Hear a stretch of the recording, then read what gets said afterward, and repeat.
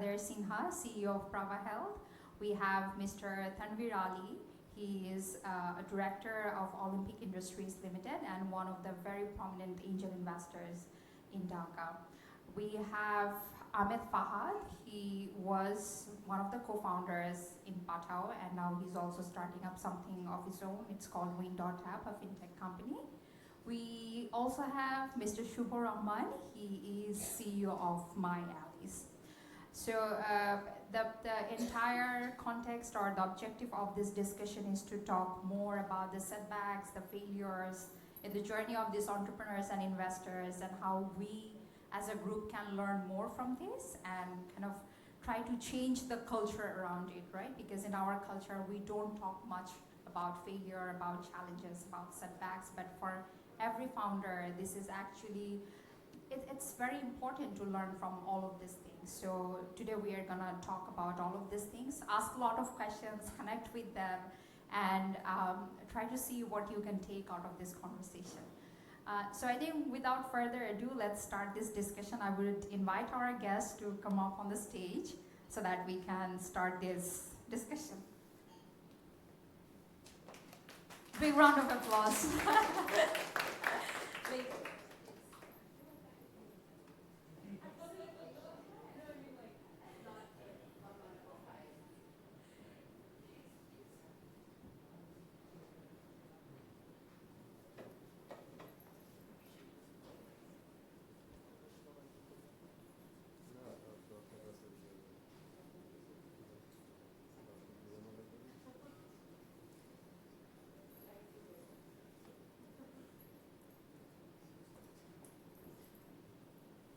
I'm your moderator for today. Thank you, fantastic. So we will have 2 rounds of questions to each of the panelists, and after that we're gonna have a very short questions, rapid fire questions, and in between we can have questions from you, from the audience. So yeah, the first question would be on, surviving and thriving straight up. We would like to start with Sylvana, you. What is surviving and thriving to you? How would you define that in the case of Praava Health? If you can give us a bit of about your journey, how you got started with this, and what are some of the specific challenges you faced on the early days, and how it shaped you as an individual and also as a founder. Sure. No, thank you so much for having me. It's an honor to be here. I think that surviving is thriving for a startup. To be honest with you, many startups don't make it, and so I think survival is the name of the game, particularly in the current economic situation that we're living through. So I moved to Bangladesh for the first time in my life in 2015 to start my company, Praava Health. I'm a sole founder, and I think what's really kept us going from day one, I spent about a year. I went on a listening tour, really dug in, trying to learn the pain points of patients in the healthcare system in Bangladesh, because I had never lived here before. I'd heard about it, but I'd never lived here. I needed to talk to as many people as I could to learn what the pain points were in the healthcare system. And also spend time all over the world learning from, the thing about healthcare, which I think we all know now after we lived through the greatest global health crisis of our lifetimes, is that no country did a perfect job serving its communities during the pandemic. But there are pockets of innovation and inspiration that we can glean from all over. And I tried to learn from all of those business models and systems to see what we could bring back and adapt to Bangladesh, considering what we needed at this moment in time. And I think that is what led us to the business model that we built. Around that time, in 2015, 2014, you guys might remember, I don't know, you probably were in, junior high or something at that time. But around that time, in the startup community, there were a lot of people who were obsessed with Uber of models. And a lot of people said to me, why don't you build Uber for healthcare for Bangladesh? It's my strong belief that Uber of models only work if you have underlying infrastructure. And Bangladesh, even to this day, doesn't have enough infrastructure for the size of our population. Doctors are spending an average of 48 seconds with each patient in a consultation. At the time that we entered the market, there were 4 international standard labs for a country of 170 million people. and 20+% of drugs in the market are counterfeit. So I wasn't really thrilled about the idea of building an app to connect people to those things, although people are doing that in other parts of the world. This is also before people figured out how terrible the economics of Uber models were. So what we built was basically a vertically integrated outpatient healthcare system grounded in international standards and quality at every level of it. So primary care, secondary care, lab, imaging, pharmacy. And then we layered it with technology. So we brought Bangladesh's first patient app, which we launched in our first year of operations in 2018. When I think about your question, what does it mean to survive and to thrive? I think it really comes down to continuing to listen to your consumers. And for us, that's really at the core of what we try to do, is try to learn from our patients and try to understand, where are we letting them down? Where are we excelling that we need to do more of? And I think there's so many ups and downs when it comes to starting a company. Cash flow is one of the biggest ones that we struggle with. We continue to struggle with to this day. But so long as your patients are giving you a high NPS score, are coming back, I think the best testament that a patient appreciates your services or that a consumer appreciates what you're offering is they're coming back. That is the best way to know that, okay, we're providing a service that people need. They have many choices, perhaps not enough for where they can go for healthcare, but if they're coming to us, they're trusting us, they're telling their friends and family to come to us, that's how I know that we're on the right track. Even if I may not know how I'm going to pay salary next month, So I think that's really been my guiding light and continues to be. Fantastic. Any particular stories of failure you would like to share? Oh gosh. Well, I think, the pandemic was a big moment for a lot of us. When the pandemic hit, we, all of a sudden, demand for our services fell. Nobody was going out to outpatient clinic, unless they were super sick, they were going to the ER. Demand for our services fell dramatically. We didn't have any money in the bank. Revenues fell. So we very, very quickly pivoted. We rolled out telemedicine. We were the first private provider to partner with the government on telemedicine. We rolled out e-pharmacy, and then we became one of the first private labs to get approval to do COVID testing, which was a game changer for us, but also we were completely unprepared for the volumes. We went from getting hundreds of calls to our call center a day to thousands of calls, and then it came to delivering the services in an efficient way at the standard that we wanted to, and we let a lot of patients down, to be honest.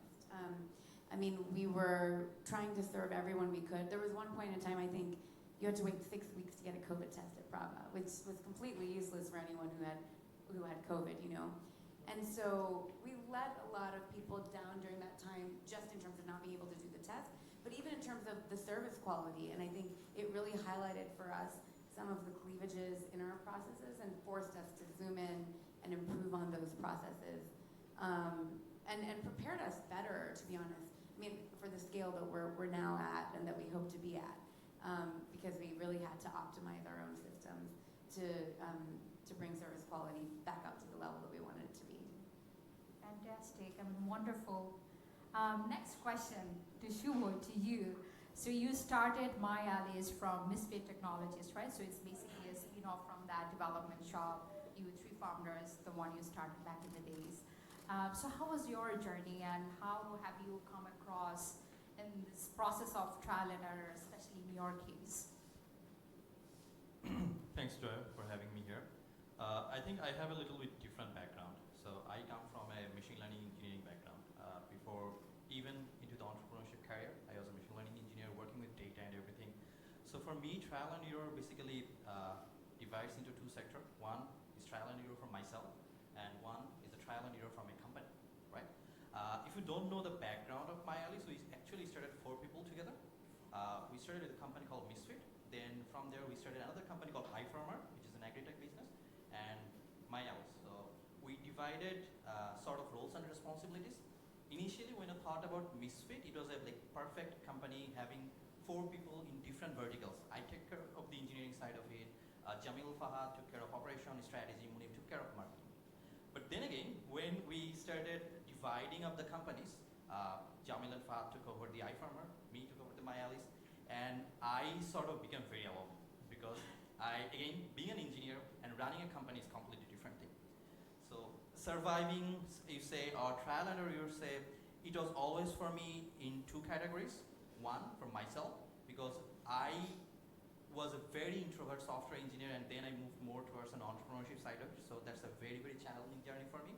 I made a lot of mistakes and learned from that. And secondly, from a company perspective, I also like the company that we visioned initially and the company that's now we have is very, very different as well. So I think that's all part of the journeys, all part of lots of, I would say, experimentations as well. Like the first time we raised $500,000 round, in our pre-seed round, we made a lot of, I would say, experiments. We tried out our company in Bangladesh. We could not actually make a lot of revenue from Bangladesh. Our current 95% of revenue actually comes out of Bangladesh because it's a software company, software product as well. We tried out a few other reasons. So for example, let me give you one quick example. We had some sort of tractions from Latin America, very initial tractions. Then some time ago, we got on a call with one of the customers from Latin America, like specifically in Brazil. And when he started talking in English, that person just got off because they don't want to talk in English. They want to talk in Spanish with us. So, whenever we started these experimentations, working with customers in India, customers in Pakistan, customers in Middle East, we could understand that when we think about growing and actually growing is pretty different. So, actually growing is like when you actually get into the market, talk to the clients, talk to the customer, understand their need, and build the product, and actually have your go-to-market strategy sorted out as well. So I think if I started talking about trial and error, it would take me more than a day, maybe a few days as well, because we made a lot of experimentations, and most of those experiments were failed. But the positive side is what I look at, whenever we made any mistakes, we actually learned from that, right? So I think that's one of the key strategies of MyAlice growth as well. Or if I have to pick one particular scenario, eventually when I started the company by myself, I always felt like I was sort of like pretty alone because I have to take care of all the sides of the business. So from that learning, basically we are currently closing another round, and I'm getting a co-founder as well who can take care of the business. So I think then I can move more towards the product and the innovation side of it. So it's a roadmap, it's a journey. Like you go into the startup scenario, you see what's going on, you see how your company is growing, you take your decisions, you make mistakes, and you learn from that mistakes. So for me, it's very exciting. Wonderful. I think that's also very insightful what you were talking about, getting a co-founder who can kind of complement on the shortcomings of you as a founder, right? I think most of the founders, they kind of fail to recognize that and make a lot of costly mistakes in their journey. Would you agree with that? Yeah, if I have to just think about my shortcomings, I could maybe take 10 co-founders. But I'll stick with one right now and see how it goes, because I feel like that if I can focus more on the product and innovation side of it, we can make a lot of changes, because for us, the business is very simple. We work with Bangladeshi engineers, which is relatively cheaper. We build the product in a relatively cheap way. Then we sell the product who can actually pay a much high rate to us, which means the unit economics really works for us. Once we build a product, we don't need to rebuild it because the same product can be sold to like hundreds of businesses. So it's all about just finding out the businesses that are looking for the solution and then giving them the solution. So I think from a business perspective, it looks pretty simple, but whenever you're ground selling things, it takes a lot of processes. It takes a lot of, I would say, trial and error, finding the right people as well, and taking care of that. So yeah, for the time being, I would stick with one co-founder to at least recoup my shortcomings, but in future, maybe more as well. If I could just add something there. I'm a sole founder, but one thing that I did really early on was I built an advisory board, and we now call it our Global Advisory Council.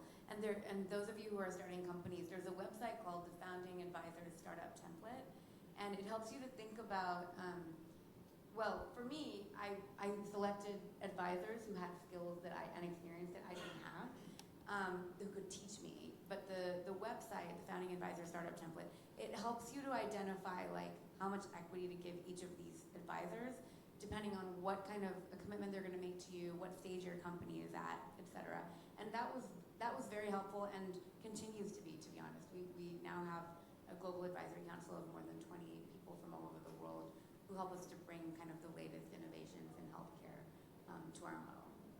Fantastic, fantastic. And talking about cap table, structuring cap table, we have also seen most of the startups, the scalable ones, they struggled because of this. We're going to talk more on this, but now we would like to go to Tanveer. So Tanveer, you have invested in so many startups in Bangladesh in the very early days. If we talk about Shuvo, Pathao, ShareTrade, Chaldown, like all the big names.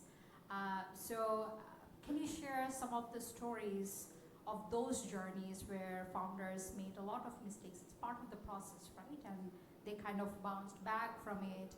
And being an angel investor, it also comes with a lot of responsibility, right? Because you're also guiding these founders on day-to-day basis, right? So how this investor-founder relationship, what role also it played in that process of trial and error? Yeah, I'll answer the first part. I mean, I think the startup journey is obviously never linear, right? I mean, you have a path in your mind as to how you want to build a business as a founder, and it never goes according to plan, right? They say you want it, you want cloudy days, you tell God your plan, right? And so, if you look at even, the poster childs of the startup ecosystem in Bangladesh, if you look at even ShopUp, what they started off as being, Afif's first business model was around like F-commerce support, right? Then a second business model was around loan disbursements using, through BRAC, and now they've settled on a business model of 3 or 4 different business models that come together that hopefully try to improve the lives of micro entrepreneurs and provide them opportunities to scale their businesses. But I think as you look at failure, more granularly, as you look at the trial and error method, like a lot of it has to do with iteration, has to do with how you're able to make changes. Once you test something, you test a hypothesis, and you hope to get results, and and when you don't, how you iterate from that, how you show that resilience, how you bounce back, I think is the most important thing. As an angel investor, at the end of the day, the most important thing to understand is that you invest in people. The people, the founding team, your CEO. That's, at least to me, and I think to a lot of colleagues that I work with, is the most important criteria for investing in a startup. Business models change. Economics of ecosystems change. Sometimes business models that look really, really attractive based on changes in policy, changes in laws, changes in in competition, dramatically change the unit economics or the opportunity set, and how the founders change their ability to be resilient, to be able to bounce back from these sort of things. Is probably the most important decision for us as angel investors. And I think it also is important to understand, like what role you want to play as an angel investor in the journey of your startup founder. And obviously, in the early days, as your founder is going through, the basics of, product market fit, of launching, very, very early MVPs, helping them understand and frame, the metrics of success and failure, I think is also really important. I think it becomes a very slippery slope to think about failure and how that trajectory goes sideways or downwards for a founder, especially for first-time founders that don't really have the experience or haven't really experienced failure before. And I think that experiencing failure, is important. I think it's massively important. And you look at globally things like FailCon and opportunities to celebrate failure. And I think the point that you were making about what you learn from that failure, I think, is very important. And so I think the role as an angel investor and helping them filter through those data points to come out better from it, I think is very, very important, right? And I think, frankly, the role that you play as an angel investor, and I'm sure we'll discuss this, in subsequent questions, but how you help destigmatize that failure, I think, is really, really important to ensure that you're able to motivate the right outcomes for them to continue building they may not be the right place today, but that doesn't mean that they're not going to be there tomorrow based on changes or tweaks, that you can help support, bring out through them. Fantastic. I mean, and how do you, to your portfolio companies, you incentivize them to take more risks? I think taking more risk isn't always the right answer. Because I think it's within like a risk-reward paradigm. I think that it has to or what you call like risk-adjusted returns, right? Is the upside that they may receive from being right with taking this risk commensurate to the level of risk that they're taking? Obviously, I think that for a well-established conglomerate versus a startup, those risk-reward paradigms are very different, right? You are taking much higher levels of risk, absolutely, right? But I think a lot of it just comes down to getting outside of the comfort zone, and getting used to working in these sort of models, right? Getting into the mathematics of it, getting into A/B testing. If you're looking at marketing, you're looking at customer acquisition, like understanding the math behind how the unit economics of CAC, of customer acquisition costs, using different sorts of channels. And just because one doesn't work doesn't mean that you failed in that or your business model has failed. It's how you're able to iterate or how you're able to tweak acquisition strategies, to be able to position yourself for success. I think is important to communicate that to the founder. The other thing that I think is important to communicate, is that we have great business models fail all the time. We have great founders fail all the time.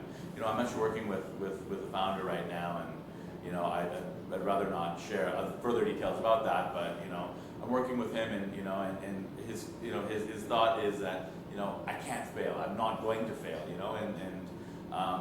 And I respect that passion, that drive, and that motivation, and if he can use that to build the best possible product he can build, I think that's great. But I think it's also important to understand that right products have to be at the right time in the right place as well, and I think that just because something has failed today doesn't mean that it's going to fail in the future, and I think that's where trial and error comes into play. But also at the same time, it just may have been too early. There are plenty of products actually that I think we've seen even in the Bangladesh ecosystem the last 10 years that that I can think of right now. I mean, B2B, for example, is one, but many others that come to mind that just are too early for their time, and you hope that the founder keeps hitting away at it, and and getting to a point where where there's alignment between their product and the market. But Always about trial and error. Thank you so much. Now to Fahad. I mean, you started your journey at a very early age, right? Especially in the product development space, and this is very important, right, for a startup, this particular product element, and where you can actually see a lot of trial and error happening on a daily basis. So tell us about your perspective on this, and how you, someone who is in charge of product in this market and thinking about scale, what metrics you had to think about, and how did you kind of manage your journey of iterating 1,000 things? Sure.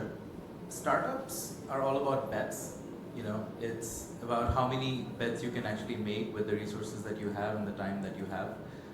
Pathao made many bets from day one. Even before, let's say, you invested, we had the whole courier thing going on, and there was a bunch of different things that we had to try and see what actually worked. And then ride sharing was something that we wanted to do, and even that was 1.5 years into the company. By that time, there were a bunch of different bets that we had made. But the point I'm trying to make is, if you're thinking about what product will catch fire, it's very difficult to predict.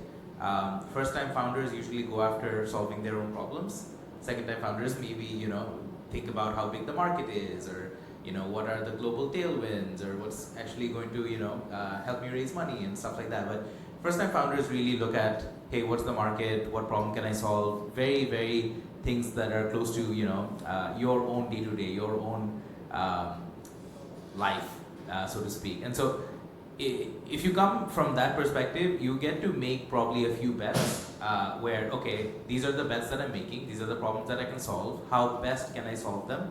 And the other thing is, what differentiates a startup from a SME or a small business is the tech, by the way, right? It is kind of the ability to scale. Whether it's using tech or not, hey, that's debatable. But like, your ability to scale is really what's going to make you a startup, you know, like, and so that part of scale cannot ever go missing, and that's where the product really comes in. You can probably do the Pathao thing using a Facebook group, right? Pathao is a ride-sharing company, let's say, just purely ride-sharing. You can do that, just connecting people over phone, over Facebook groups, over whatever. Product comes in when you want to achieve scale and do this while you're sleeping. Like, no one's at the wheel, it just happens on its own. You know, that's what tech does. But in general, you want to have a few bets that you're making, and you want to really scale things when it seems like they're working. Before that, it's just about trying to find what people actually want. We did a bunch of things that didn't scale all throughout, let's say, the first 2 years of the company. But then when ride sharing really was picking up, we wasted no time in kind of making an app and going to scale. You get to buy your first 50 bikes, remember? Well, yeah, that's again like something that doesn't scale. Capital intensive, yeah. So what he's talking about is we bought the first 50-ish bikes and hired drivers to, you know, kind of man those bikes, because there was no, you know, two-sided marketplace. Hey, no one wants to earn money when they're, you know, when they have spare time. So that was something to seed the market. But again, as soon as you can, you need to get to a place of scale. Before that, you just have to find out whether people actually want that. And the reason we actually had to do that is because there was no ride-sharing market in Bangladesh before this, you know. In every other country, there was something like this. Like, there was no, oh, you have a bike, I have to go somewhere, let's go together. Like, that wasn't something that was happening in Dhaka. It was happening in Indonesia and Jakarta. And then they put it on an app, right?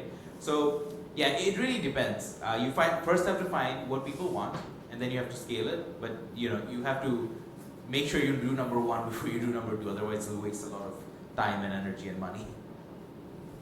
And now, as you are starting this Wind.app, what are some of the lessons you are also incorporating here from Pathao? We're still in number one. I don't think we've found product market fit yet.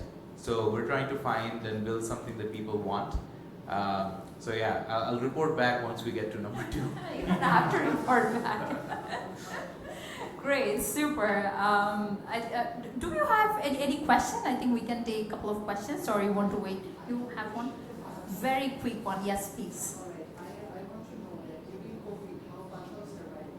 Because all of us are having bikes and That is a question, right? Couple of things happened. We did a bunch of things on the courier side. So Pathao Courier was active nationwide. So we helped deliver a lot of the relief stuff, a lot of stuff. We delivered all over Bangladesh. We also launched a bunch of different things. With Sylvana here, we launched Pathao Health. We launched streaming using Bongo and a few other providers. We were trying to kind of cater to what you, the urban millennial, would be interested in while you're sitting at home, right? So we did grocery deliveries. We tried to kind of adapt, stay on our feet, and do things that we're in a position to do with the user base that we have, with the logistics network that we have. Kind of how can we serve you in the current climate, right? So we did grocery delivery, we did the pharmacy delivery, we did Pathao Health, and we did streaming. We did a bunch of things. None of those things really took off, I'd say. You know, you don't come to Pathao to, you know, access healthcare, as it turns out, right? And then streaming, again, most people just watched TV for some time. Didn't really happen, but we tried a bunch of things to see what would happen, because we didn't have any idea how long this COVID thing would be around. But the logistics part really kicked off. The grocery thing still runs. So we tried a bunch of things, staying true to Pathao spirit. But also just try and error. Yeah. Any more questions? So, as an entrepreneur, we all have ideas, or we know how to iterate ideas or the different paths. But in terms of management, you know, first-time timers or after that, when we need to manage our teams and everything, there is lots of you're involved in all this process. So how will you manage those things, management, team management, and therefore everything? You mean as a company, right? And execution. Yeah. All of your execution, how do you? Not the best way. First time around, not the best way. I think as first time founders, you're probably, maybe you've done one, maybe two jobs before this. I'm just assuming things. But it's unlikely that you're a stellar manager the first time around. It's important to kind of surround yourself with a good team. And so then the question is, how do you motivate and, sell the dream to other people and help them kind of also make that leap to join you? So that's the first thing, like hire people who are better than you. If you're young, you're probably not the most stellar manager or best person to do a lot of things, and so you need people who are better than you, and you need to be able to motivate them and surround yourself with them. Now let's say I'd like to believe I've gotten slightly better at this. This time around, I think I would like to hire people who are really good at one or two things, but have probably, let's say, 5 other things that they're not willing to, let's say, really be good at, and then work with that. So let's say we hired someone on the design team, really good guy, or actually really good designer, but he's not the best people person. He's not the best communicator, etc. He's like a lonely genius kind of personality. So, but he means well. So how you kind of manage that is a question, and if this was 5 years ago, I'd probably ignore it. I'd probably leave him by himself, but it's a question of how I work with him, how the rest of the team works with him now. It's also a question whether you want him in your team at all, because it might not be a culture fit. So it's a conscious decision now, but 5 years ago it would have been an ignorant one, if that makes sense. But I'd also say that it's a function of cost too sometimes, right? Like Right. When you're much earlier on, you don't have the luxury of having very specialized people, like resources. You can't hire 20 people to do 20 different things they're really good at. And sometimes it's give and take. You've got to find somebody that does 3 things well 60% of the time. And that's as good as you're going to get, because that's as much money as you can spend on that resource, right? Yeah, and I 100% agree. And the last thing is, that person, if they're passionate about your thing, if they're willing to give you a lot of time and effort and their life energy into this, that's really what you want to index on. You need someone who goes the extra mile and then a few more miles after that. So yeah. Would you or Shuvo would like to add anything on this? I think it depends on the company as well. Like every company is different. So for example, if you think about Pathao, they have a very, very big, I would say people. I mean, a lot of people there are in Pathao. I think for yourself, it's the same. There are a lot of, because you need a lot of people to operate big companies. For myself, it was quite different. I don't need a lot of people. I basically always focused on 2 things after making a lot of mistakes, of course. So the number one thing that worked for me is to hire very, very passionate people. So even if someone has a lot of qualities but are not passionate, and someone who has less quality but very passionate, I'd always pick the second one. Because in case of startups, passion wins. Most of the cases, we don't operate like a bigger company. We do a lot of things today and change maybe after a week. So if that person is not passionate about it, he might not be able to adjust towards this. So having a passionate people in the team makes a lot of sense. Second thing, initially I focused on hiring a lot of, very, very talented people, but the negative side of it is hard to keep them floating for a good amount of time. Because if you hire very good people, they'll have much better opportunity in future as well. Again, from my case, it makes sense because let's say if I hire a very good engineer, or maybe hire a very good people and train them pretty well, most probably they will get a job in either Europe or in US in the next 2 or 3 years. That's very, very possible. Sort of losing that people. So at the end of the day, I think passion makes a lot of senses for me. Getting people who compliments you makes a lot of sense, because this is where I made mistake. When I first raised a round, I tried to keep myself in my comfort zone. I had more of the people that are into the engineering and the product side, and oh my god, in the last 3 years we've made a very beautiful product. But what missing was I would say, like a lot of sales from that product, right? Because at the end of the day, I am inherently not a marketing person or inherently not a salesperson. But I can build product and I can build solid technologies as well, or bring the best technologies to build or scale the product. So that's where I think eventually I could understand that I should find someone who can take that burden from me and focus on what I am better at. So I think these two calls are pretty important to understand what you are very good at, what you enjoy, and sort of keep your focus on that part. For other thing, just find better people whom you can trust. And secondly, where you are currently working, or if you want to build a team, always prioritize passion. So I think from my expertise, these two things work. Sylvana, would you like to add anything on this front? Yes, actually, culture is something I'm really passionate about. I strongly agree with Peter Drucker's statement that culture eats strategy for breakfast. And for me, that means, particularly for our first 20 employees, I will say, I spent a lot of time getting to know them and making sure, yes, that they were passionate, but also that they understood what my values were and shared those values. And I actually joke, my first lab director, I met him back in 2014 before I even moved to Bangladesh. And he interviewed me. He would take me to North End and he would ask me all these questions about, he wanted to know if I was serious. I'd never lived in this country before. Did I really want to come and build a healthcare system? Did I really want to build a healthcare system that was grounded in quality, that would not defraud patients, And fair enough. I really respect that he did that. And I think that those types of conversations, particularly in the early days, helped us to attract the right team that was really committed to creating a patient-first healthcare system that was grounded in quality and standards. And many of those people are still with us and hold us accountable to that, but they also become the ambassadors who help to attract more people and to help to build an army around this kind of a cause. There's a lot of evidence that, there's a book actually called Patients Come Second.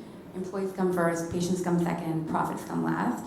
And there's a lot of evidence that companies that prioritize employees first, then the consumers, and then profits end up being more profitable than the S&P 500.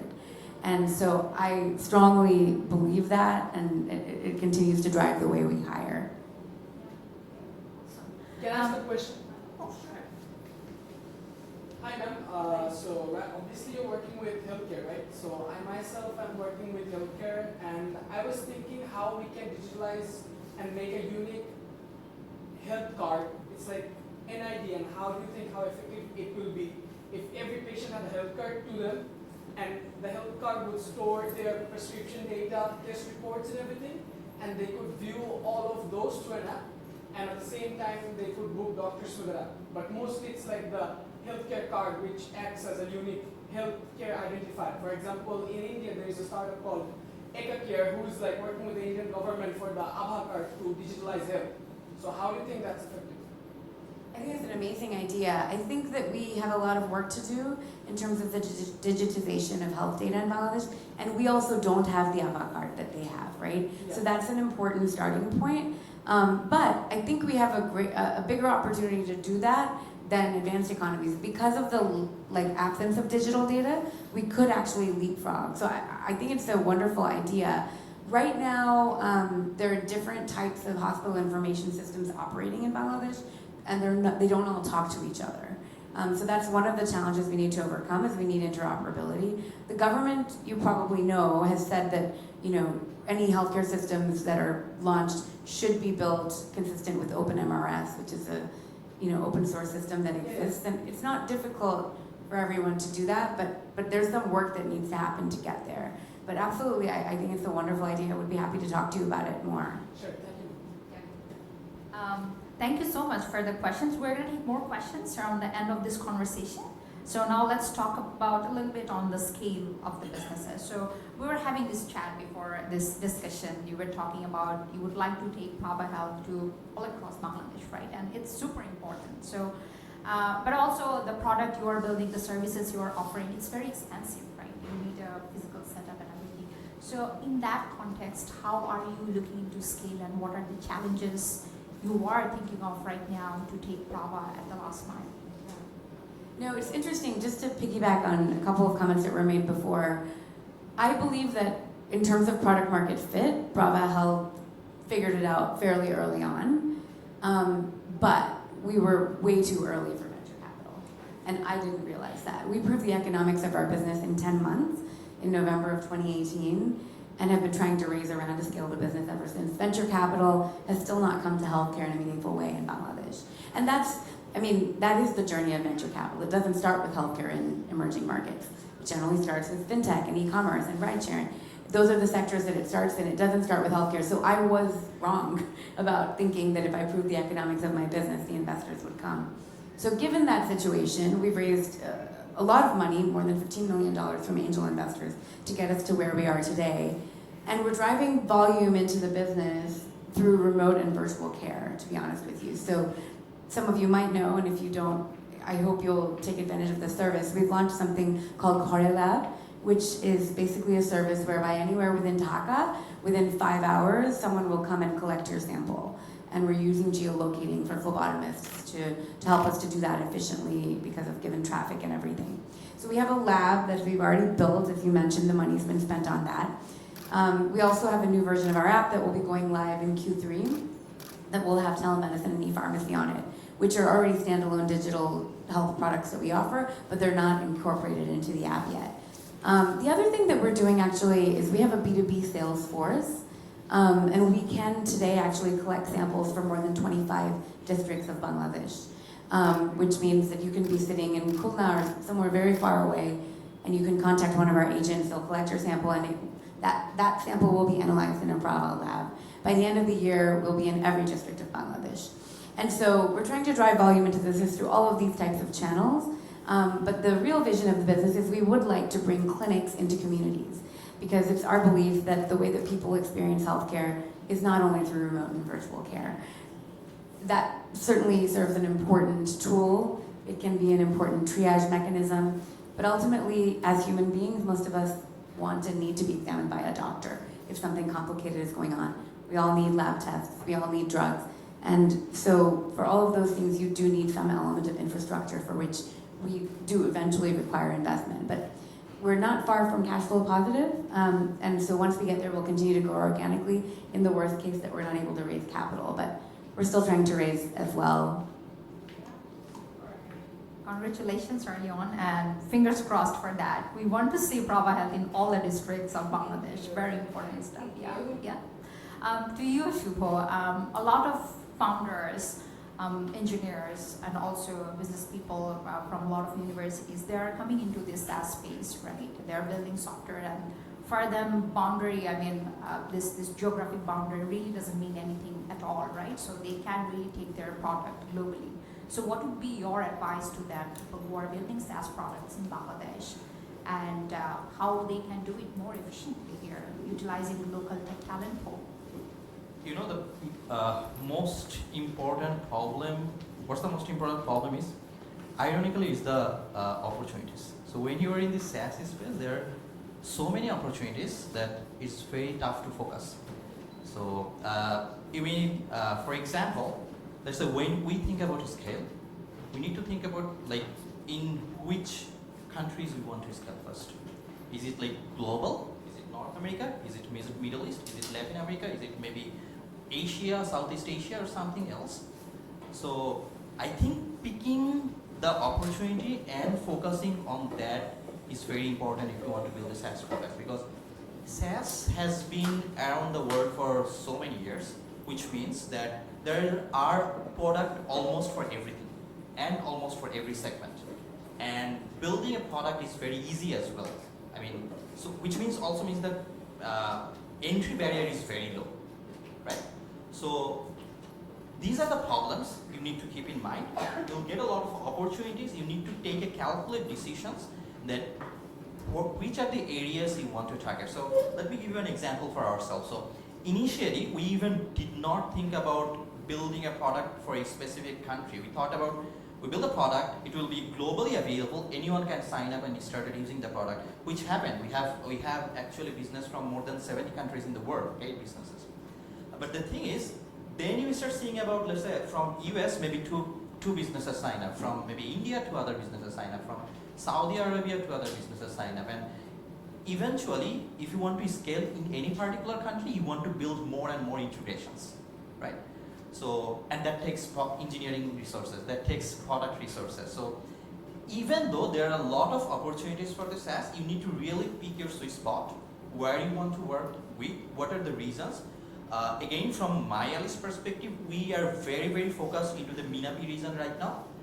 Number one reasons is Pakistan has much more acceptability of product than Bangladesh.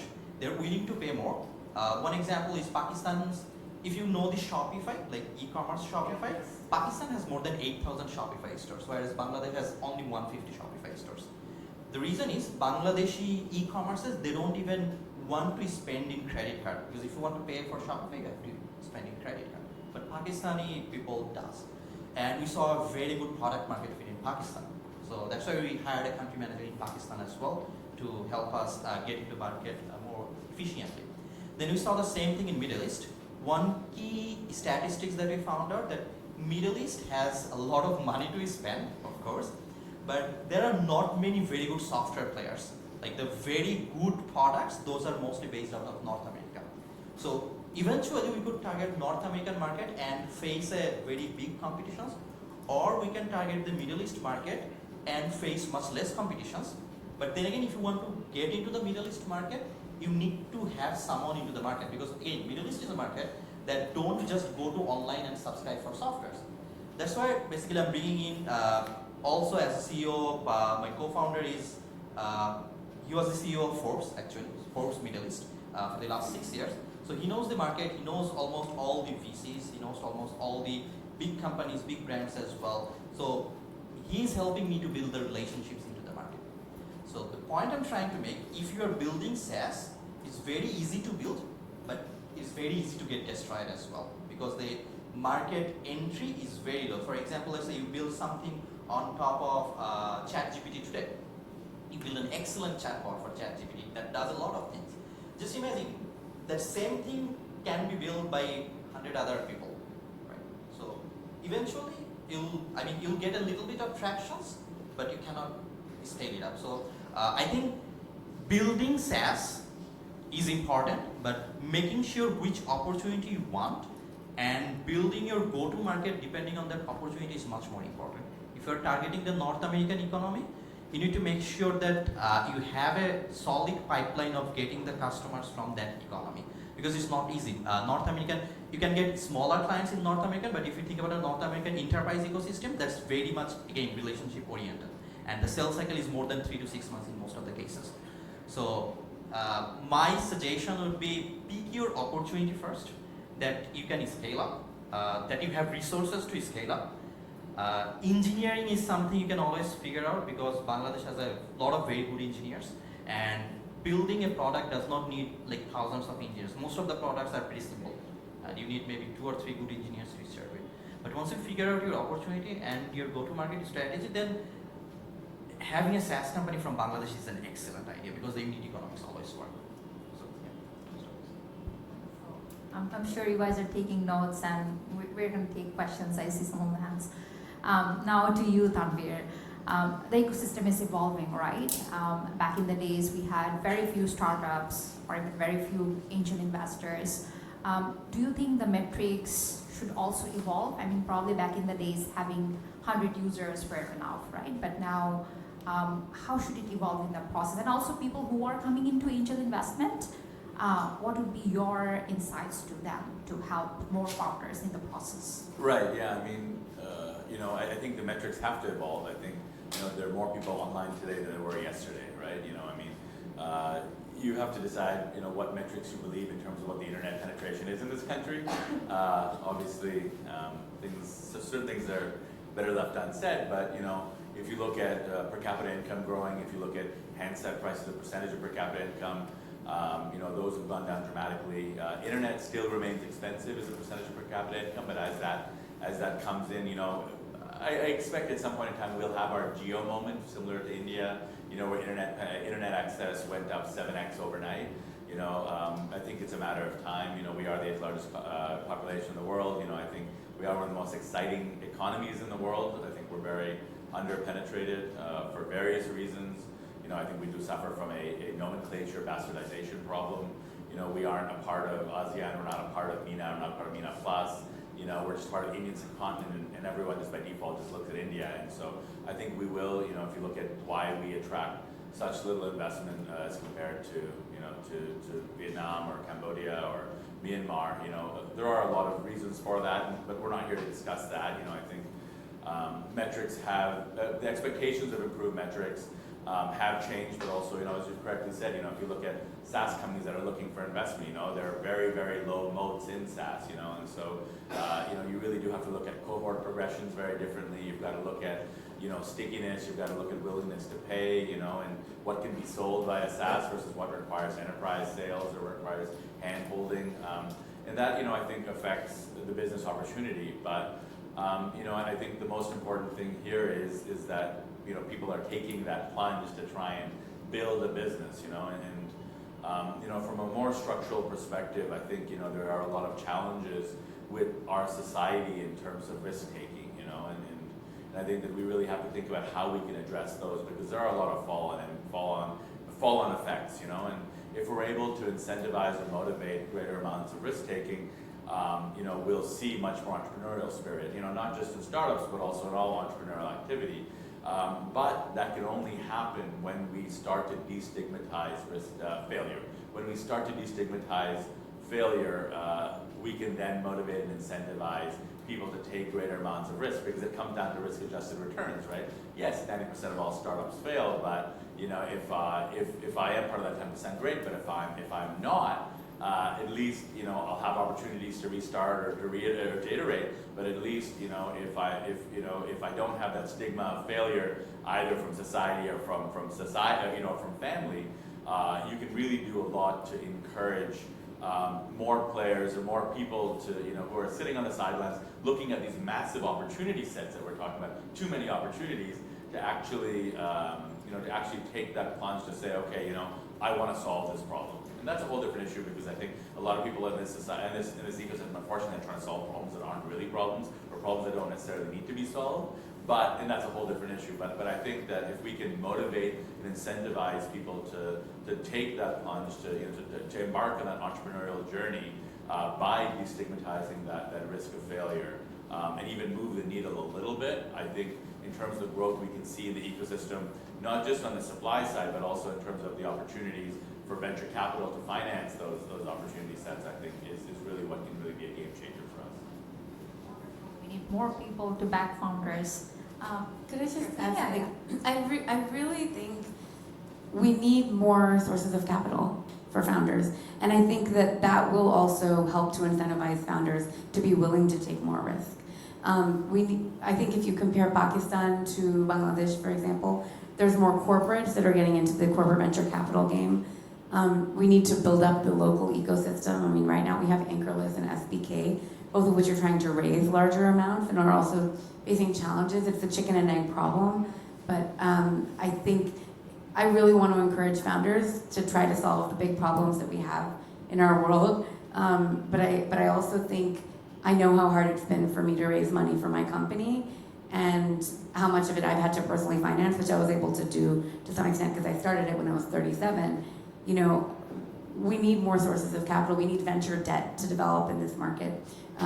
There's a lot of sophistication that still needs to develop.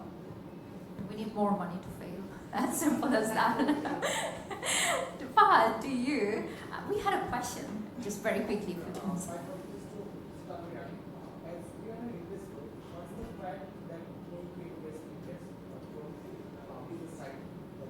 I don't think there's one specific thing at all. I think,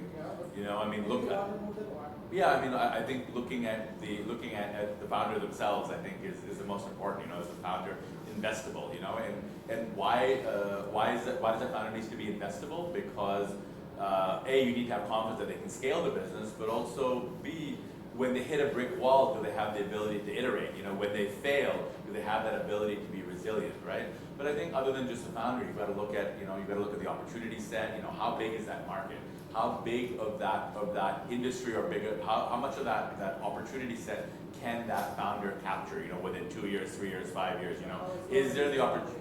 Yeah, the business model. Is there product market fit? Is there is there an opportunity to get to a point where you've got profitable unit economics, for that opportunity set? So there is no one right answer. I don't think any investor, whether you're investing at $10,000 or you're investing $100 million, will tell you that it's just one specific thing. I think everyone's got a different model, but I'd be pretty willing to feel comfortable saying that most people will look at the founder themselves to understand whether that opportunity set is investable or not.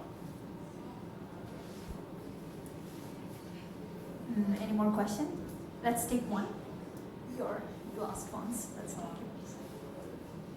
Let's say somebody is from very good university like Harvard University who after graduating get a very good job. So let's say they are also thinking about studying as well. So that's what they are. So I mean there is like generic answer to that. Like how do these parents think individually, like the lead prospects when you should go for like taking those like economic factors and also cost. Cost of failing is just too high here, so how do Yeah, you balance that? I think it's underrated how difficult it is to kind of choose to do a startup instead of a job, because of without funding it's very difficult economically. I've seen a lot of people even leave Pathao, leave their full-time job, seeing that okay, Pathao is working, I want to start something of my own, but then 3 or 4 months later their personal capital kind of dries up, and then they're forced to kind of take a job again, right? We have some Pathao team members here as well. We've seen this happen a few times. It boils down, in my mind, just to two things. A, it's unfair. There's nothing to do about it. There's just nothing to do about it. These are just the cards you've been dealt. Start earlier. If you're in university, I think just start earlier. Build something with your friends. Do things as early as you can. And what is the litmus test for whether you should do this over your job? Well, it's whether people actually want what you're selling, right? Yeah, that's the first one. That's the most basic one, right? That's very obvious. But if that is not happening, but you still believe in what you're doing and you still want to do a startup over, let's say, some sort of a job, then the question is like how you're thinking about it, how much time or how you want to time box this opportunity for yourself. Maybe it's 6 months that you give yourself. Maybe it's a year, but you really do have to time box it. And then you kind of have to decide, okay, I'll give this idea this much time, etc., right? But it's basically time boxing is what I'm referring to. And then I think the last one is, if you are like coming out of university, whether you should be putting all your eggs in one basket and doing a startup is also worth a question. You might not have the skills, you might not be ready today, and that's fine, right? You have a lot of time left. So even that's a question. Like maybe you actually do work at a company, get the skills, learn from other people, get better at your craft, and then you kind of reapproach this thing with a bit more savings. You're in a better spot, you're not life or death, you can think straight when you're doing this. So even that is a longer term play. So yeah. The one thing I just wanted to add is, I think as Fahad's correctly said, there's no one single litmus test that will give you a binary yes or no answer. But the one thing that I think is valuable to also think about is your own personal passion. Like you have to really start to gauge that yourself, and going down the startup journey, it's not as simple as changing jobs every 6 months or 12 months. And so you really have to think, can I see myself eating, breathing, living, sleeping this venture for the next 10 years of my life? And maybe it doesn't have to be 10 years, but at least 5 to 7 years.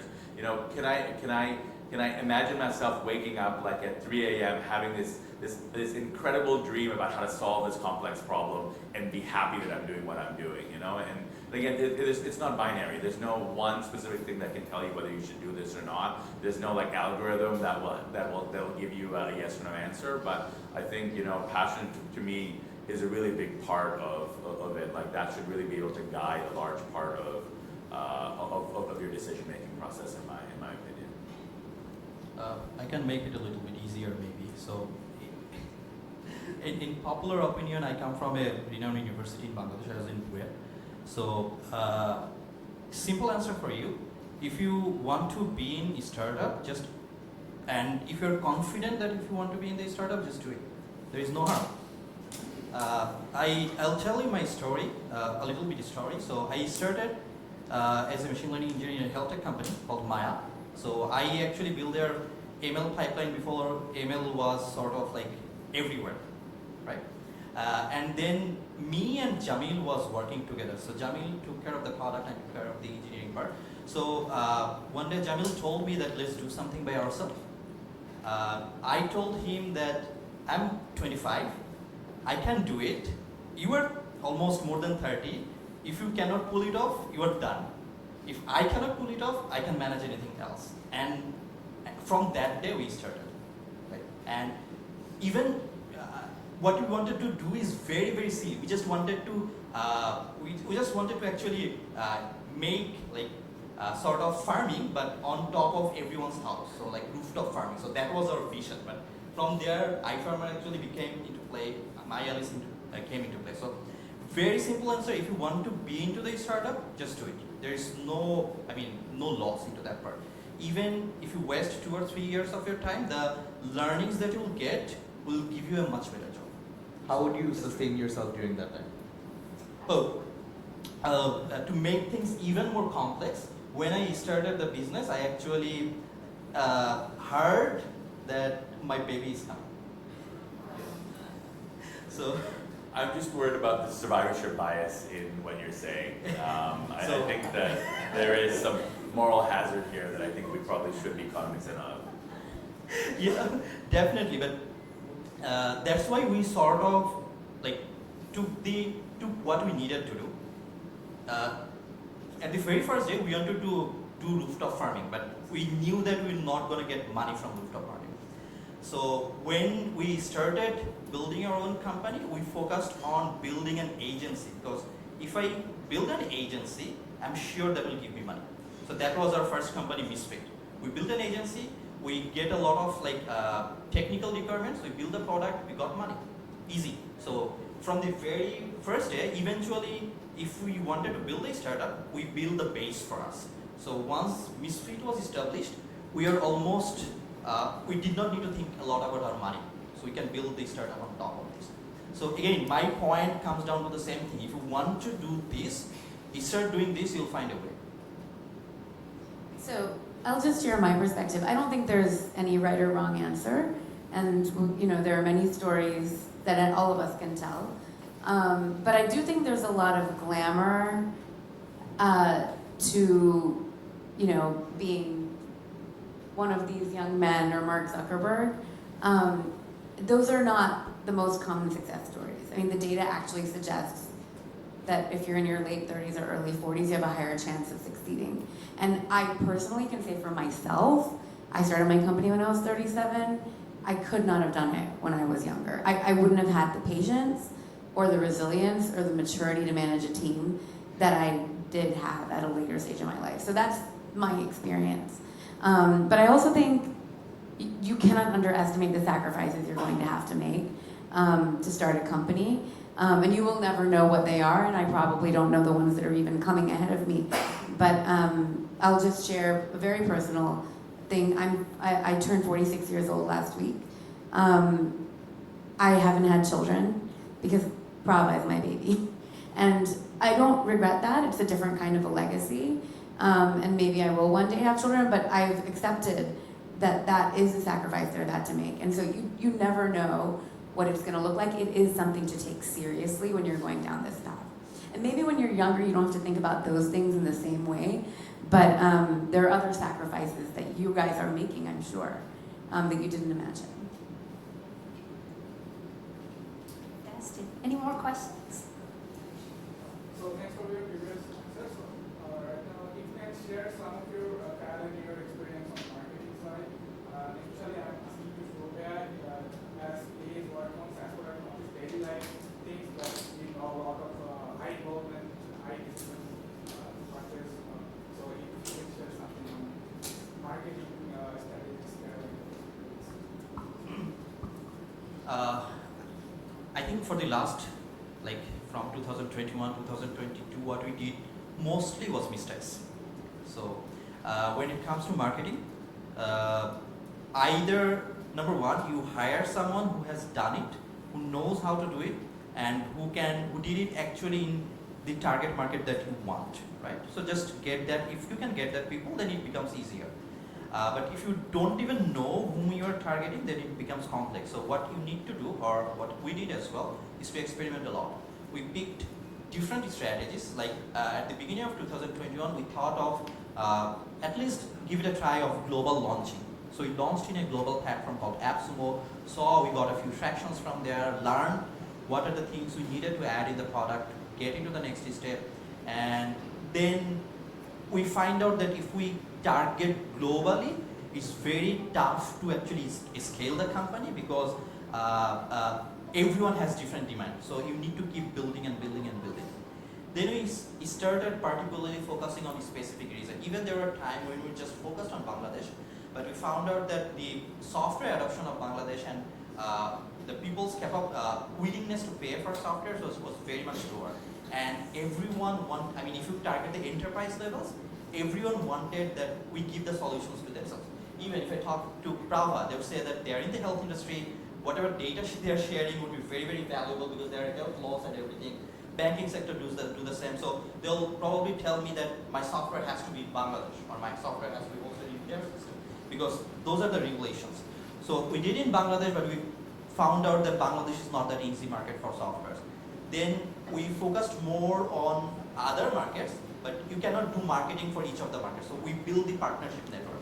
We found a partner who is already selling the product into the market we want to solve, is already selling the product to the customers that we want to solve, get into a seat and talk about like revenue sharing, and then sort of let them sell the product, right? So that's something that worked for us. Till date, 45% of revenue from us are coming from our partners in multiple countries. So that's one thing. Second thing is you need to understand, again, marketing is completely different. Marketing, sales is also depending, a part of marketing as well. But the areas that we work and the B2B customers we target, we don't need to do a lot of effort in the marketing segment because marketing is mostly for B2C companies, right? B2C companies need to think about a lot of their customer acquisition cost because they're targeting customers and they do churn a lot. Like companies like Pathao, they do think a lot about marketing. But companies like us, we don't need to think about marketing. We need to think about building a brand that can actually target the enterprises. So I had a podcast. It's called E-commerce Store. I sit with the e-commerce store owners and talk about their journey. So that way, these e-commerce store owners knows about our product, and then this person actually shares this into their social media. And if you think about their social media, all of their peers are also e-commerce owners, right? So that helped because my product is for the e-commerce people. So when you think about marketing, it is not like one solution for everyone. You need to think about which market you are operating in. You need to think about what are the target customers you have, where do they go, and then you design your marketing campaigns like that. So like podcast can work in few cases if you work towards that. Direct selling or direct like ABM sort of thing, like account-based targeting might work. So for example, now that we are targeting enterprises, what we do is we list down the companies that might buy our product, right? And then we build a strategy where, let's say we have a big company in our pipeline, we actually add all of their employees in LinkedIn. And then all of our employees actually start talking about how we can bring values with our product to these companies, and they start noticing us and they come back to us. So that's another strategy, called it like account-based marketing. So again, sort of you understand, depends on your product, depends on whom you are targeting, depends on where you are targeting. But there are lots of strategies you can try out. Hope that helps. Yeah, if you can share mass consumer perspective. Yeah, sure. I think more than tactics, one very interesting book you guys could read, it's kind of out of print, but it's called 22 Immutable Laws of Marketing. Most of it is outdated, some of it is not. One of it is law of category. It means you don't want to be the best or a leading person in some category. You want to create a new category. And when you can kind of position yourself in that way from a marketing perspective, that's when you're probably going to be getting the best results, right? If you're going to rank or compete on Google or Facebook for the same keyword as everyone else, then that's a very low margin business. If you're going to really recategorize yourself as something new, then that's interesting. So that's just an overarching thing. I don't think we've always done that well, but I'm trying to really do that everywhere I can, and it's always served me well. Number two, I think for Pathao, in the early days, it was very interesting because we were kind of a first mover in the ride-sharing space at least, and there are a few interesting campaigns here and there, but we were doing a lot of subsidies. People like when you give 100 taka note for 90 bucks, that works. So outside of that, I think it's very important to be very clear on who your TG is. For us, it was the university students, and when we designed anything, we were really keeping that one person or that one cohort in mind, right? And we are trying to communicate specifically for them. So it's very difficult if you have everyone's your customer, right? It's like Shuvo said, if you're global, then you have a very amorphous or very loose idea of who you're building for or who you're marketing to. If you have a very specific profile in mind or a very specific person in mind, that okay, what would this person pay attention to, then that's immediately easier, and your ad dollars are better spent or more efficiently spent. So yeah, I would pay attention to those two things, the category thing and then being very specific about who you're marketing. I just want to add a little bit on the category creation part. So just a little bit, I think you should also know that category creation takes a lot of time and effort. So you're not going to get results if you want to focus on building a whole category, because when you are actually building a category, you need to sort of generate demand. I mean, you need to tell people that you actually need it, which is tough. And in this economy, which is very tough. So might be another route is basically just capturing the demand. So when you're capturing the demand, and again, there are lots of other things, depends on your product. So as Fahad said, when you're competing with other companies, you're not making a lot of revenues, but it might also help if you're targeting a very big audience. Maybe you just build a clone of Freshworks that's doing $1 billion revenue on a yearly basis and just make it a little bit cheaper, right? Then you can certain that you'll get a number of customers who buys your product initially, and then you can actually sort of evolve, hearing from that customer that what are the things that Freshworks has not done for them, but you can do for them. And then you can actually start accelerating that thing as well. So again, both has pros and cons. Demand generation on the one side takes a lot of time. We actually tried that. We tried to sort of categorize our product in a different category which was not available, but then we saw that people were not understanding. People are not sure that they need this product or not. And they're not sure of spending on this product as well. Then we sort of move more towards the demand capture part, because if we know that people has the problem, so we just focused on targeting those people that already has the problem, that are looking for tools. Let's say they know they have 5 tools in the market, so they're just taking decisions that A, B, C, D, E, which one I choose. So we sort of categorize ourselves into maybe C tools and sort of started making differentiations between A, B, D, and D, so that when they're coming to take a decision, they can choose us, maybe for price, maybe for any other features as well. So yeah, again, there are no perfect solutions and you have to learn a lot, but once you build any certain things, you have a certain target market, then you can actually experiment on all of these. You can experiment on categorizing, creating a new category, or just capturing the current demand. Wonderful. Any more questions? Oh, you have. Go ahead. Alright, so I have a question. We all know that because of artificial intelligence, SaaS, and all those stuff, things are changing expeditiously, right? So suppose a business owner who has a product which has a possibility of being obsolete in the long run. So what would be the primary steps as a business owner that he can save his product or he can take to survive in the long run with this product? What should be the steps? I think You need to move very fast. yeah. So, for example, if you know about HubSpot, which is a $1 billion IPO company, they could understand that generative AI might take a lot of business out of them. So the CTO of HubSpot actually bought a domain with $10 million called chat.com. He started building by himself, and he started integrating all the generative AI aspect into the HubSpot product suite. And that's how they actually can keep the demand in. Because they said when technological shift like generative AI happens, you need to be on your foot. There is no other way. So you can, most of the SaaS tools that were built previously will either get obsolete or they'll need to adopt to this new technology. So even though if you look into our case, or if you go to MyAlice pricing page, you'll see we now have a different third category that's only for enterprises that starts from $1,000 a month, and that has the capability of your own language model integrated with your solutions. So I guess when you are in this business where the entry barrier is very low, you need to move very fast. That's it. My second question is about how is the Bangladesh market system or the GDP of the population, like people with enough disposable income to buy stuff like Pathao grocery or something that's Bangladesh market only.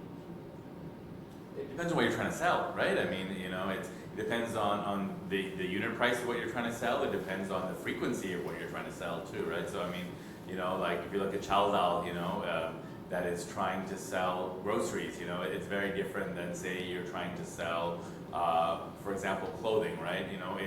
You need both of them, but the purchasing cycle is different. The average unit price is different. The average basket size is different, right? And of course, your margins are different, right? And of course it comes down to, like, for example, on fruits and vegetables and other produce, perishability is very different than than say, for example, on clothing. But even if you're trying to sell electronics, if you look at like Moore's law and you look at the increasing rate of the speed of transistors, phones lose 30% of the value before they reach markets, right? And so there is a velocity that you have to think about too.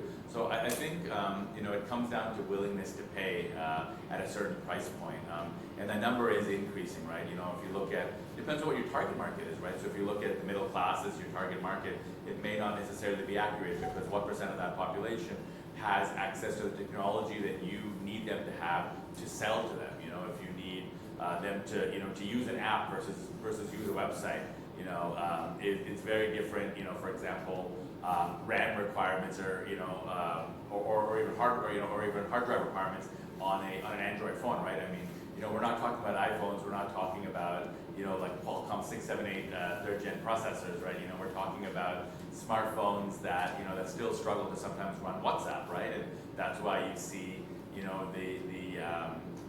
popularity of messenger units like email, right? And so I think you have to really think about the sizing based on the opportunity set and based on your customer segmentation's ability to be able to access the product that you're trying to sell, not just technologically, but also from a price point perspective. Yeah, I'll give you a very specific number about how many people I think actually are willing to spend money on the internet in Bangladesh. There's 160 million people in Bangladesh. There's roughly, let's say, 22 million in Dhaka, right? I think there's just maybe slightly more, but I think there's 1 million people who are willing to spend money on the internet on a monthly basis, let's say more than $1,000. That's just there's no source here. Including that commerce? Yeah. Including that commerce? Yeah. This is no source, but I think this is based on what I've seen, not more than 1 million. So, yeah, you don't think I'm far off. Do you think it's more or less? I think it's more. But it's more? How much more? Like, even if it's a magnitude of 3 times as much, yeah. as 3 million, even if it's a magnitude of 3 times as much as 3 million, yeah. as a percentage of Bangladesh. Like, I think we have to get away from what we understand to be the Bangladeshi demographic. Like, I say this to a lot of startup founders. You guys are spending way too much time in the Tri-Cities. Get out of Gulshan Baradar Badani, like understand, get out of even like Dhaka, like spend more time, even places like Naranganj and Gazipur have gotten to be too evolved because of their proximity to Dhaka to relate to what the rest of Bangladesh is, right? And so, I even if it is 3 million people, I would actually doubt. I think it's probably 3 million people with F-commerce and probably closer to 1.5 million independent of that, but it's not more than that right now. Whereas if you look at every single pitch deck or like report that comes out, the number is exponential, like it's much higher, right? 91 million people, some reports say, right? So you have to really take it with a grain of salt about how much demand there is for what you're selling and like what you're actually going to sell, given that is the case, Yeah. Can I add something, please? Let's take this question. So probably you're familiar with Cost Plus Drugs by Mark Cuban, right? So if you were to implement something like that in your telemedicine app, what were the challenges that you might face? It would be impossible. Cost Plus is based on sourcing in a market that has a third-party player, right? Bangladesh, we don't have a third-party player. Consumers are paying directly for drugs, tests, and doctors, by and large. Only 1% of the population has insurance. And that insurance doesn't usually cover drugs, right? So it wouldn't work, unfortunately. Although I really admire what Mark Cuban is doing. And I sent him an email to pitch to him, which he responded to his credit. But he said, I'm focused on fixing the problems of healthcare in America. Also, we still have the markups here that we do on local drugs as compared to in the US. Right, exactly. It's the MRP is set by the government. So we can't. Yeah. Got it.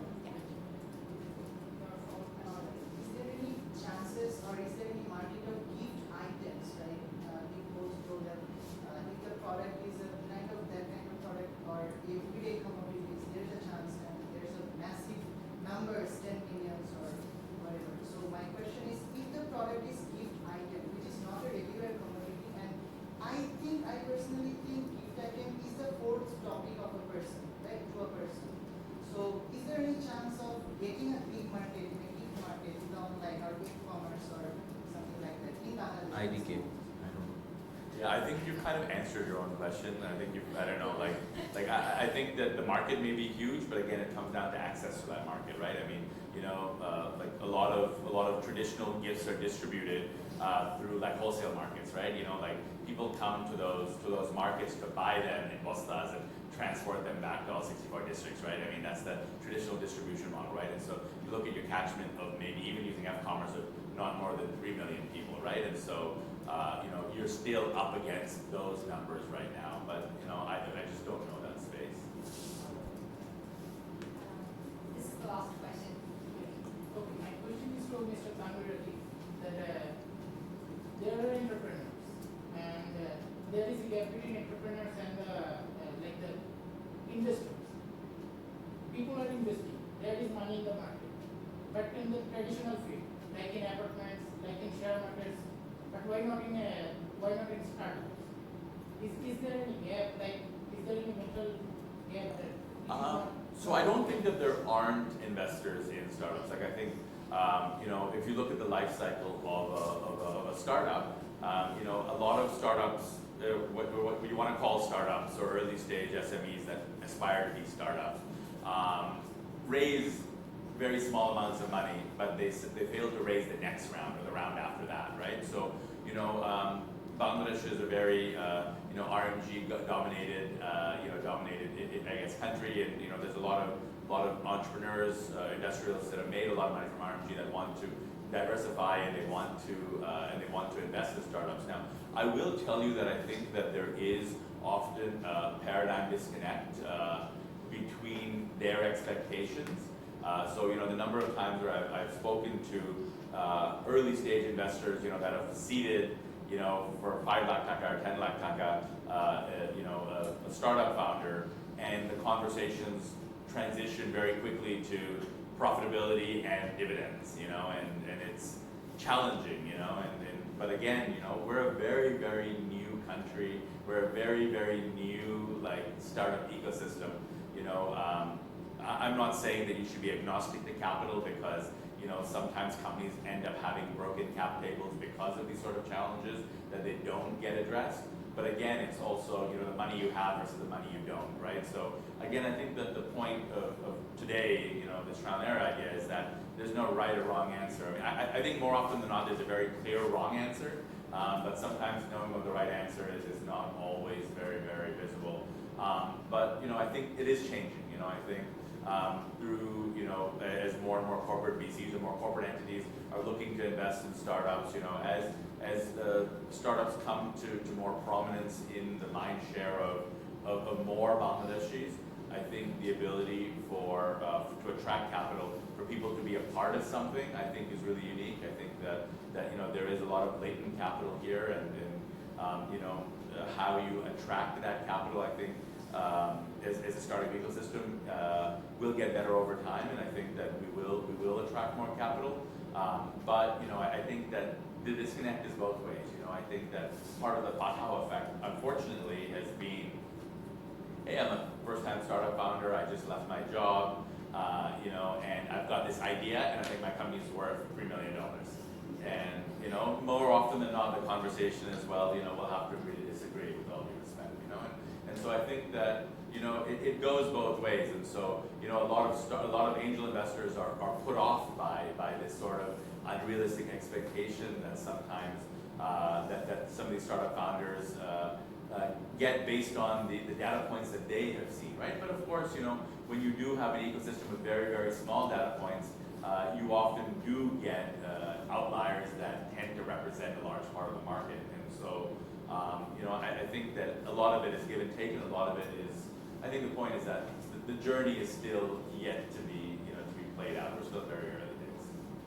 Would you agree that there hasn't been enough, there hasn't been an event that would attract enough attention from, let's say, someone who's made a lot of money in RMG to really pay attention to startups as an asset class? There's no big exits. Exactly. There's no big exits. Exactly. Yeah. So when you say big exits, so I absolutely agree, right? But there are some policy issues around why they're not able to be big exits. So for example, most good startups, and I use the word good very, very intentionally loosely, but most good startups that raise capital from external investors or foreign VCs have to re-domicile their holdcos to either Singapore or to Bangladesh. And there are policy support issues, there are taxation issues, there are reps and warranties and rights and privileges that are afforded to certain share classes that cannot properly be represented at the Bangladesh company level. And so for the protection of those shareholders, you do have to re-domicile, right? And so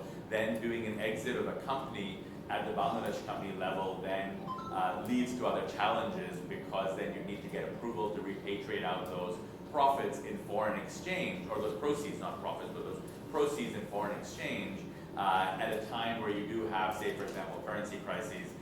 This is definitely not priority number one, right?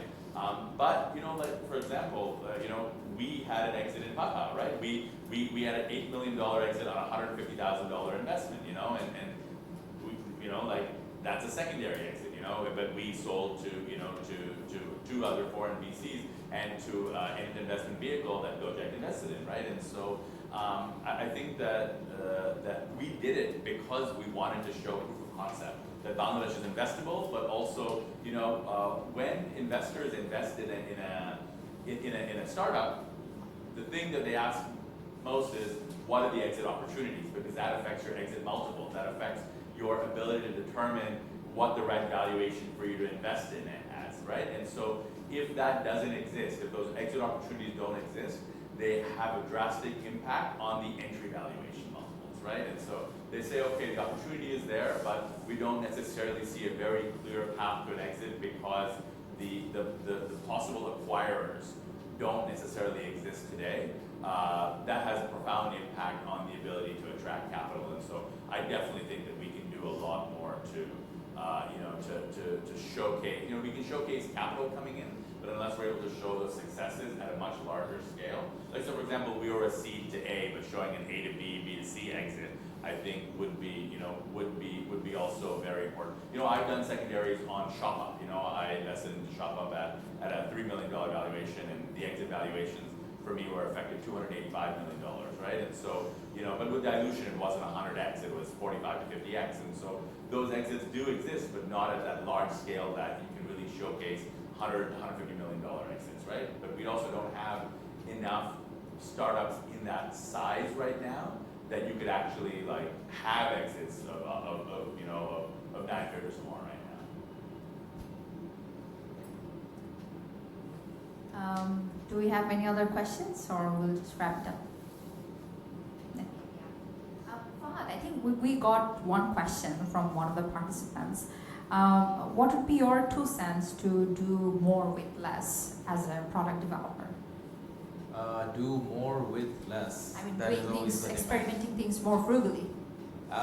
Yeah, I think when we didn't have a lot of money, we did the Facebook group thing. We didn't hire developers. We didn't build tech. We just did Facebook. So I think basically instead of building everything from scratch, try and find shortcuts. Try and leverage whatever you have today. So if you're building a marketplace, there's no reason this marketplace.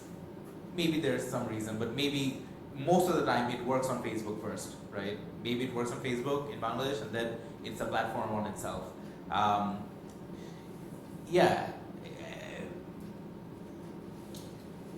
think there's like 2 or 3 things of leverage sitting where we are. It's labor, right? If you're selling abroad, if you're selling globally, if you're building here, there's some arbitrage there. If you can use that while also paying fairly here, then that's good.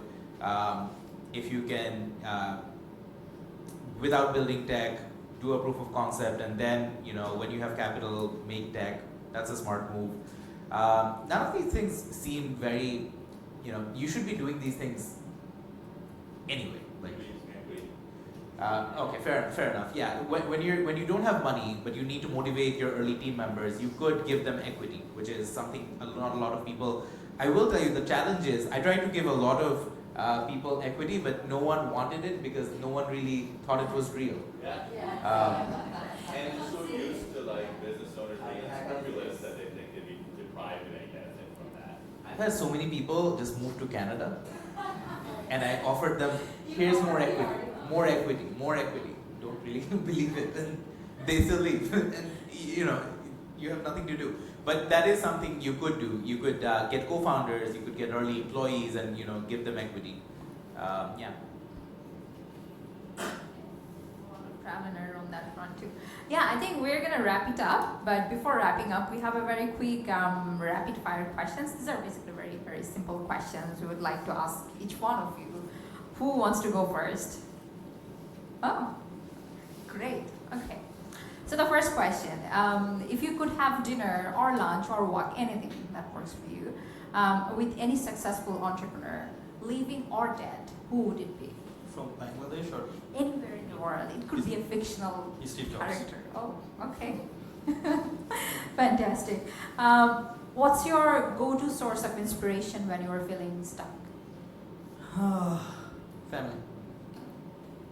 Spending time with them. Yep. You have a kid, right? I have 2 kids. Wow, wonderful. How old are they?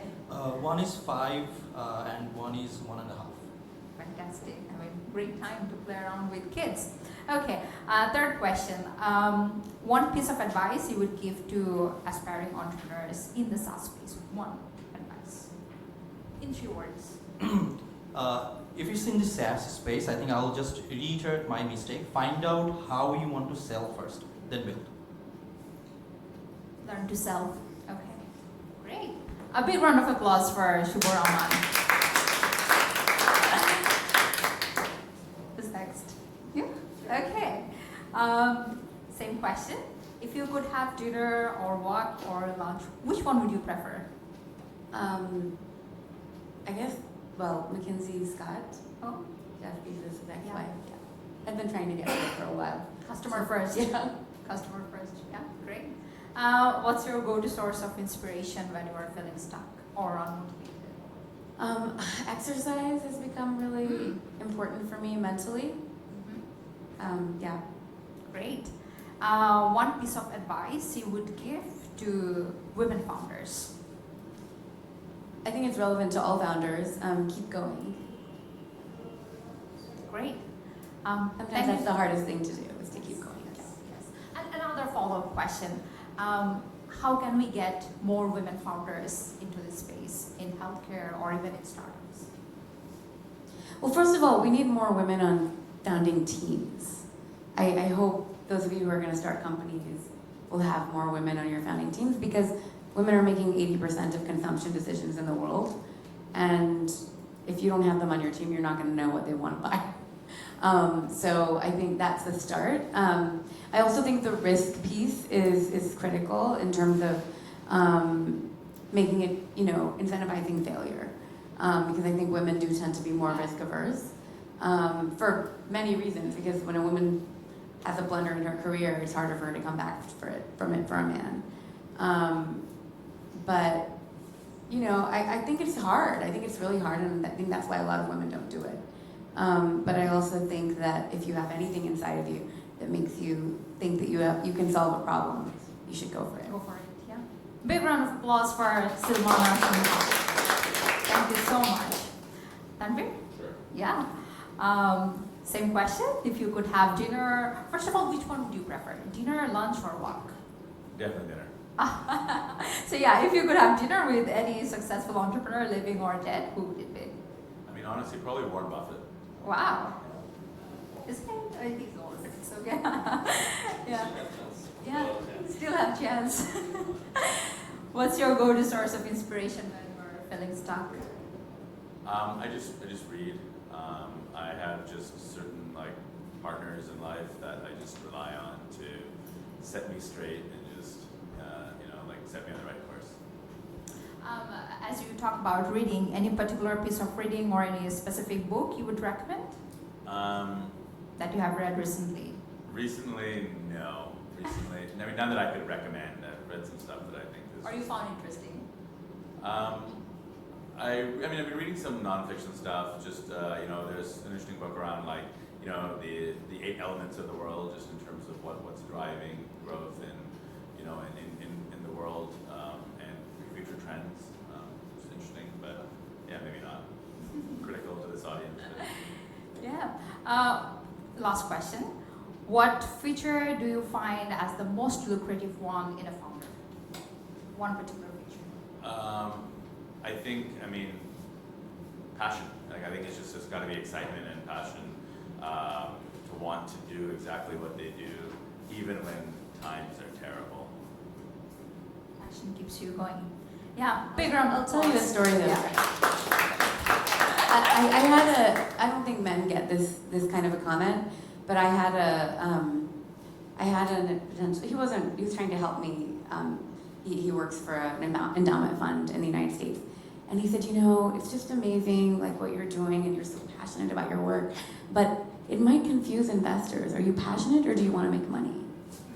I don't think Ben would ever get that comment. I don't think anybody said that to Adam Newman, but it's interesting that you say that. I can also relate with that. They tell you, oh, you are very passionate, great job, pat on the back, but when it comes to actual money, so how do you answer that?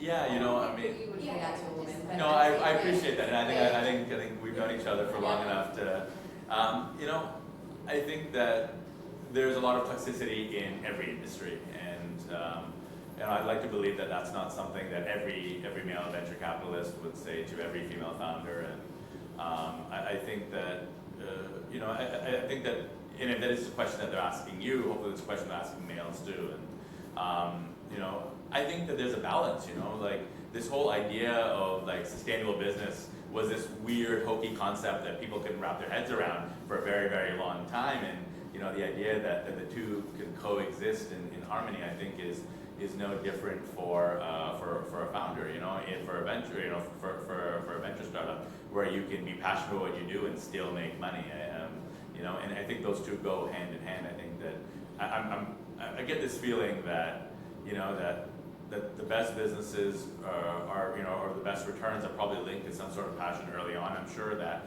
founders later on, as they leave their businesses, probably get disenfranchised or probably, you know, lose sight of what's important. But I think at least in the early days, to even get to later days, I think that passion's got to be there. Oh no, I absolutely agree. I mean, you have to be obsessed with the problem you're trying to solve. I totally agree. It's funny. I bristle at that now when I hear, because I think about that comment, and I just. Yeah, I think that women get held to a different standard in a lot of ways, and are criticized for being emotional. I think passion gets equivocated to being emotional as opposed to being really driven to solve a problem. Yeah. Sorry, so perhaps the better word than passion is probably obsessive, right? Like Yes. I think Yeah, that's, but I think passion also manifests in different ways too, right? And Yeah. Being obsessed with the problem you are solving. Fantastic. Now, Fahad, to you. Okay, I take a walk with Sir Fazle Hassan Abid. Wow. Yeah, very, very different from the startup world, but in a lot of ways similar because, yeah, because he kind of chose to come back to Bangladesh and kind of stick around and do something here when he had all the options in the world to do anything elsewhere. And that's a very intentional choice that people, you know, in this day and age, especially if you're working in tech, it's a choice that you make. And you know, there are reasons that you kind of do it. I have no doubt that anyone talented can work anywhere. So yeah, I'd love to have that conversation over a walk probably. Yeah. And then the second one. Source of inspiration when you were with this Yeah, anything physical activity. So outdoor would be ideal, but if not, then you know, indoor, gym, run, whatever it is. Always, sweat is good. Sweat is good. Sweat is good. Yes, yes. It's good for your health. It's good for everything. Fantastic. And the third question: what feature do you find as the most lucrative one in an investor? Well, if I like talking to them, a lot of people are, I don't know. A lot of people are investors, but not everyone's a deep thinker, or you know, they're not they don't enjoy thinking and you know, kind of exploring ideas. This is in general. This is not just for investors, but the best people I like surrounding myself with, and kind of you know, even if they don't have time, I try to you know just spend time with them. Is people who are able or enjoy thinking and thinking through problems together. Yeah, people like that. Fantastic. Awesome. A big round of applause for Fahad. I think we have reached the end of today's conversation. Thank you so much, all of our amazing panelists, to be part of this. It means a lot, really, and sharing your amazing insights and journeys with all of us. Thank you to the participants for coming here, joining us in this conversation. I hope you found it really, really helpful. If you have further questions, you can ask them in the networking session. So yes, connect with them and try to learn from each other and grow together. Yeah, thank you so much. It's been a pleasure. Thank you. Thank you so much.